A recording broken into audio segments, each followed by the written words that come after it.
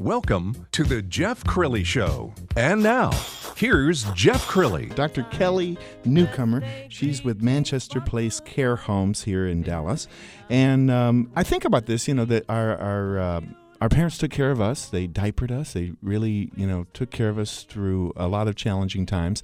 But then when you get to be my age, a baby boomer, I'm 52, I always wonder, wow, what happens if there's sickness? What happens if mom and dad, have a fall? If there's something that causes me and my brothers to gather and say, what do we do now? So that is a tough decision, isn't it? How does walk us through the choices, Dr. Kelley? Well, I think it's really hard. I think there's a time for us to come in beside them and assist them and let them still be in control. But there's always a day that's going to come, usually, where we really have to take over and say, mom and dad just really aren't capable of doing this anymore. It's time for us to step in. And I think the really difficult part is knowing when that day is here.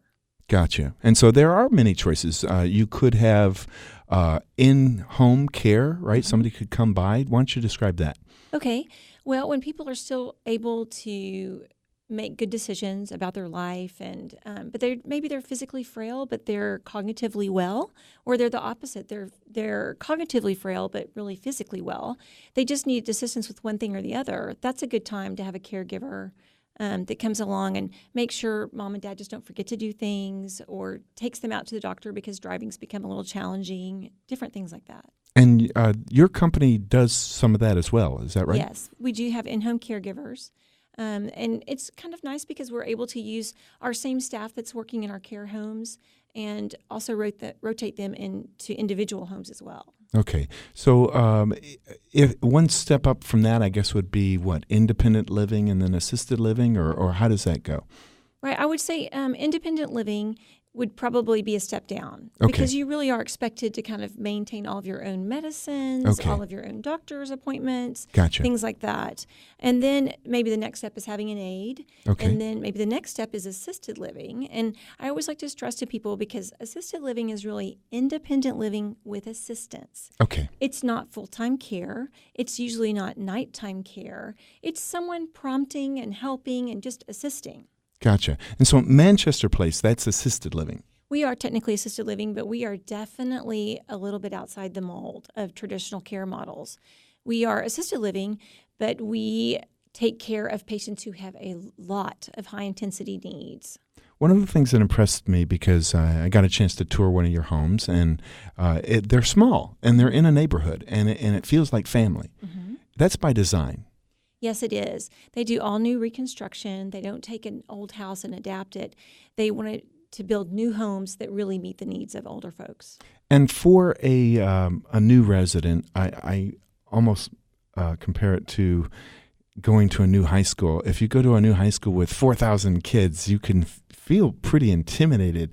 Mm-hmm. You go to a small high school with 20 in your graduating class, and it's like, I've got this. Is there some comfort for a senior going into a smaller home? Oh, definitely. There's a time in life for older folks when they really want to be in a larger community, when they're very social, when they're still fairly independent, when things can come into their environment where they can still maintain an active lifestyle. To me, that's the role of a very large facility. But most parents, most elderly folks are eventually going to decline. It's just part of life, and have more needs. And that's the time when that big facility, in my mind, is maybe not the best place for them anymore. In a smaller environment where they see the same faces every day and have the same caregivers, and you have a very small caregiver to patient ratio where they can really meet those individual needs, that's the time for a group home. Well, let's talk about that caregiver to resident ratio. Mm-hmm. What's the industry standard, and what is the standard at your homes? It varies so widely, and that is such a good question for people to ask when they're looking at situations for their family members, is to say, how many people are here at night? If my mom needs help and somebody else needs help at the same time, are they going to be able to provide that? So it varies anywhere from 1 to 32 to, we're 1 to 4. Wow. Mm-hmm. That's huge. And I know one of the knocks against the industry is that there's always staff turnover, and that the caregiver who was there with mom and dad last week is no longer there. You guys pay your staff well to keep them in place. Oh, that's important, isn't it? It's very important, and we try very hard. I think we're very fortunate in that the owners of our company really see this particular business as their legacy to leave. They really want to do something great, produce a great industry that will really meet the needs of seniors and still be around when they're not here. My guest right now, Dr. Kelley Newcomer. She is with the Manchester Place Care Homes here in Dallas. Let's talk about questions you should ask if you're getting a tour of a facility for the first time. What are some things? I mean, should you pay attention to whether the staff is smiling? What questions do you ask of the administration? Help us with that. Okay. It's kind of interesting because I actually just did this yesterday. I was touring a facility with my mother-in-law. I'm a geriatrician, but I'm also in the middle of really assisting a lot of parents. And in the age of divorce and remarrying, in my family, we have 8 parents, and I also have 2 elderly aunts for whom we are powers of attorney. So we are right in the middle of this ourselves as well. And the things that I was asking yesterday were, first of all, I want to stress to them, this is my mom's personality and this is what she likes to do.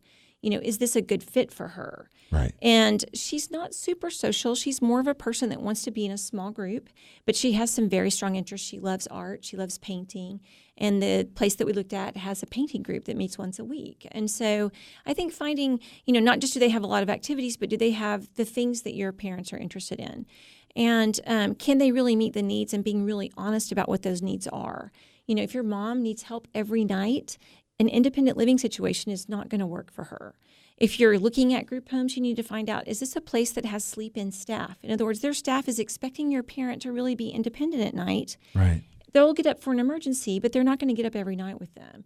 And so understanding what happens at night when you're on a skeleton staff, how many people are here, how can they respond to my parents' needs, what's their emergency protocol? Can you tell whether a home is a happy place or not just by kind of looking around? Do you get an energy or a vibe off of a place that you should listen to? Well, I really do, because I'm also a hospice physician and I make a lot of home visits and a lot of visits to facilities. I feel like I do get a lot of information from, does this staff seem really happy? Is this a job to them, or is this really their passion, working with elderly folks? And I feel like as the physician, when I'm in there, if people don't seem attentive to the residents, I'm very concerned about what it's like when I'm not there. Right. Because you would think with the physician being in the building, they would sort of be putting their best face forward. And that's not always the case. And so I think does it seem like they're really trying to make life great for the residents or great for themselves? If you walk into a place and there's really awful television on that would not appeal to an older person, to me, that's just a very negative first impression. That's a great point. What about people with dementia or Alzheimer's? What kind of care is there for people like that? Okay. Well, obviously, at where we are, because we have smaller caregiver to patient ratios, we can handle a lot of behavioral issues that a lot of larger facilities cannot. And we really focus on using less medication and more behavioral interventions. We certainly use medication if we need to, but our goal is really to redirect, get people involved in activities and things like that, rather than necessarily medicating them first. Tell us why that's important, that philosophy. Well, unfortunately, we're at a time in medicine where there just are not a lot of good medicines. We are definitely forced to use them, but they're dangerous. It's just the reality. They cause falls. They can result in premature death. Most of the medications that we have to treat agitation and anxiety are really not desirable. We certainly use them. And at a certain point in your life, there comes a time when we're really focused on quality and less on quantity. And so we need to use them, but they need to be our last choice. And so we need to look at, what is this facility's philosophy about medication? And does it seem like residents are engaged in what they're doing, or are they just kind of sitting around? It seems like this issue of parenting your parent is going to really explode here in the next decade or so, but just because of the aging baby boomers. Am I right? I completely agree. I think we have an epidemic of dementia. I think we are not at a place where we really have any even good drugs on the horizon to treat it. The drugs that are out there may slightly delay the progression of it, but we are going to have an epidemic of people who are not able to care for themselves in any type of cognitive manner, and we need much better care models for what to do with them. And we need to really help families make good decisions. With our own family, we have been through this. My husband's father had dementia, and we made some very clear decisions early on in his diagnosis of what we were not going to do, which was do things that prolonged his life. So when we would go see a specialist with them and they would recommend a pretty massive intervention, we would decline that intervention. And it's very hard to do because you will receive a lot of pressure to cure a problem that probably does not need to be cured. And he ended up passing away from a heart attack.